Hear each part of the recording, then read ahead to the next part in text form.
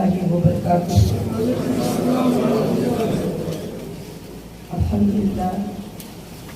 अल्हम्दुलिल्लाह रब्बिल आलमीन।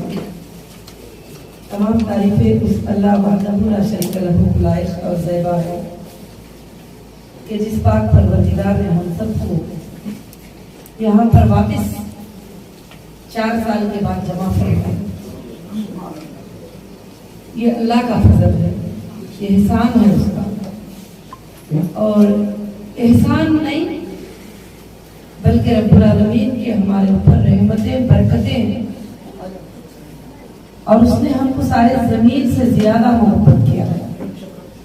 जब भी अल्लाह ने आप सबको यहाँ बैठने की भी तौफीक दिया और मुझे भी बैठने की तौफीक दिया और बात करने की अल्लाह ने तौफीक दिया, तो आज हम सब का यहाँ पर जमा होना, जो हमारे सारे स्टाफ है, जो भी DSA अल्हम्दुलिल्लाह सब लोग जो कंपनी में काम करते थे, कई लोग थे, उसमें से कुछ लोग नहीं आए और कुछ लोग आए नहीं। तो मैं आप सब से बस यही बात करना चाहती थी कि अल्हम्दुलिल्लाह रब्बिल आलमीन, कंपनी ने कभी आपको कोई फ्रॉड बात पहले भी नहीं बताई थी, ना आप बताएंगी ना बताने जाएगी, और हमेशा जो बताती थी वही करती थी। दुनिया में बहुत सारे कंपनीज हैं, वो सिर्फ बताते हैं कि हम ये करेंगे, हम वो करेंगे, हम ऐसे करेंगे, बाद में वो होता नहीं है। बल्कि हीरा ग्रुप ने मेरे अरेस्ट तक भी जो बताया था वही करते, और कभी ना किसी के पेमेंट्स में डिले था, ना किसी के लेने देने में डिले था, कुछ भी था। अब हम सोचने लग जाते हैं कि तकलीफ कैसे आई थी, किस तरह से आई थी।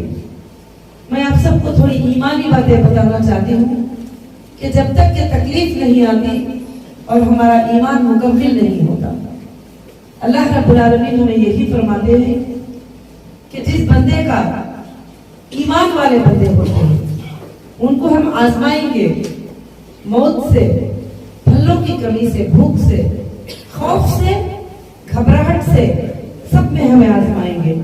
जब कहेंगे कि मेरा रब अल्लाह है और वो तक़ल्लाह, जब वो अल्लाह पे भरोसा रखेंगे और कहेंगे कि हमारा रब अल्लाह है, तो बेशक अल्लाह उनके लिए कहते हैं लअल्लहुम तुफ़्लिहून, ताकि यही लोग ही कामयाब होंगे।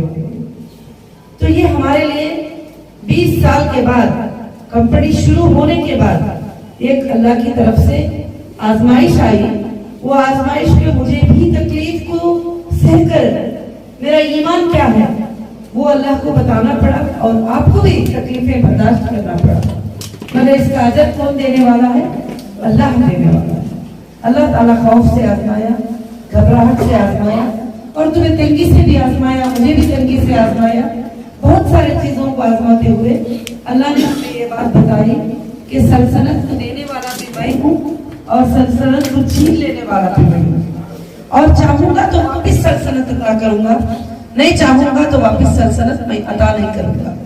तो ये हम सबको पता लग गया कि चाहे कितनी भी बड़ी ईमानदारी हो, कितनी भी बड़ी चीज हो, जब तकलीफ आती है, अल्लाह छीन लेना चाहते हैं, तो ये सारी जमीन और मुल्कियत मिलकर हमको मुल्कियत देने वाले नहीं है।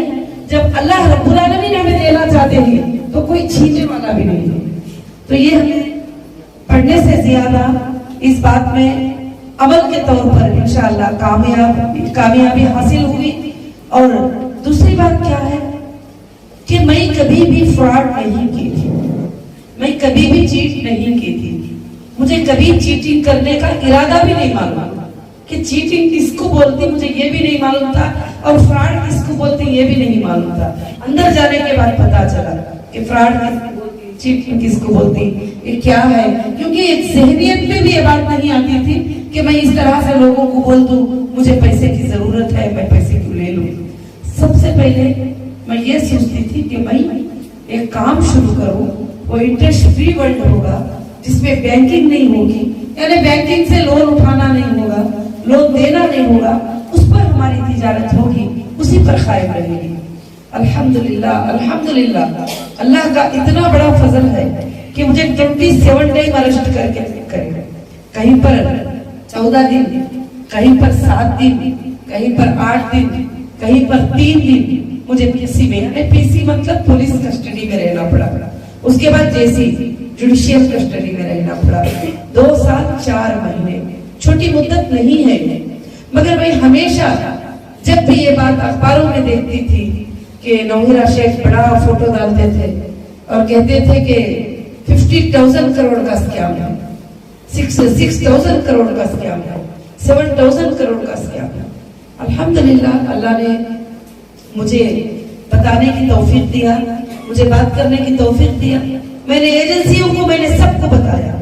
फ्रॉड ये 1,000 करोड़ तो अलग रखिए साहब, मैंने 1 लाख रुपये भी नहीं किया है, 50,000 रुपये भी नहीं किया है। अगर 10 रुपये का भी मेरा कस्टमर है ना, वो बैंक में निकालो स्टेटमेंट आप, 25,000 का है तो वो भी बैंक में है, 1 लाख का हो तो वो भी बैंक में है, 10 लाख का हो तो वो भी बैंक का है। नहीं तुम्हारे कुछ लोग कहने लगे नहीं तुम्हारे इनो कहाँ है, स्टाफ कहाँ है, तुम्हारे फलाने कहाँ है, इनो कहाँ है, उन्हों भी किए, इनो भी किए।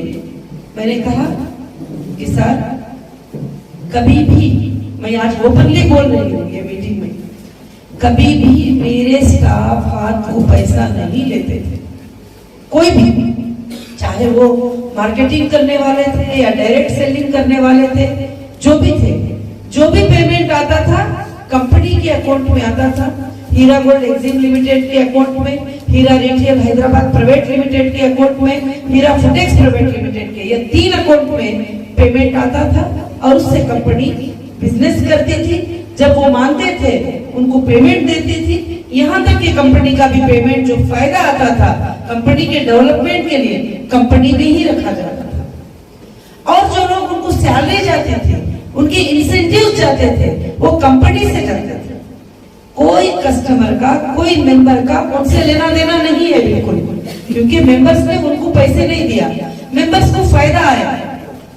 चलो 5 लाख के 10 लाख फायदा आया, उन्होंने किसी ने भी स्टाफ को थोड़ी पैसे दिए हैं, उनको सीधा कंपनी के अकाउंट से उनके अकाउंट में पेमेंट गया और उनके अकाउंट से हमारे अकाउंट में पेमेंट आया। बस पूरे एजेंसियां चेक करने के बाद भी यही बात प्रूफ हुई कि कस्टमर है कंपनी है, कस्टमर है कंपनी है। मेरे कोई स्टाफ ने भी कभी भी फ्रॉड नहीं किया है, ना मेरे एमई ने कोई फ्रॉड किया है, ना किसी ने भी फ्रॉड किया है। अल्हम्दुलिल्लाह जो फ्रॉड किया है वो सामने आते नहीं है, सबसे पहली बात। और दूसरी बात कि बार बार मुझे बोला जाता था तो फिर सामने क्यों नहीं आ रहे हैं, सामने क्यों नहीं आ रहे हैं, क्यों बैठे हुए हैं। तो मुझे बहुत सारे काम करना था। मैं वैसे ही सामने आती तो यहाँ आप इस छत के नीचे नहीं बैठते थे। इसको क्लीन करने में, इसको तैयारी करने में, इसको रेडी करने में 6 मंथ का टाइम हो गया। वैसे ही तिरुपति के शॉपिंग मॉल उसको रेडी करना, जैसे वैसे ही हैदराबाद का शॉपिंग मॉल उसको रेडी करना, फिर उसके बाद यहाँ के भी जो शॉप्स हैं उसको रेडी करना। इसमें मेरा काफी टाइम जाता था और लीगल टीम के साथ 15 दिन में एक बार सुप्रीम कोर्ट में आर्ग्यूमेंट है, 5-6 लीगल टीम खड़ रहे हैं, अल्लाह उन्हें जज़ाए खैर दे, फाइट कर रहे हैं। अल्हम्दुलिल्लाह उसमें मुझे सपोर्ट करना पड़ता है। वो डॉक्यूमेंट्स मांग सकते हैं, कुछ भी मांगते हैं तो मेरे अलावा कोई दे नहीं सकते, सबसे बड़ी बात। तो बिजनेस को मैंने पहले भी एक प्रवेशी के तौर पर रखा, आज भी अल्हम्दुलिल्लाह बिजनेस एक प्रवेशी की होती है। बिजनेस रोड पे, रास्तों पे खोल के रखने की चीज नहीं होती है कि मैंने गोल्ड परचेस किया तो मैं लाके सबको बताऊं कि हाँ मैंने गोल्ड परचेस किया है, देख लो। मैंने फुडेक्स परचेस किया तो देखो, मैंने देखा। जो भी था अल्हम्दुलिल्लाह, जो रिटेल तौर पे था वो सब आप देखते ही थे अल्हम्दुलिल्लाह।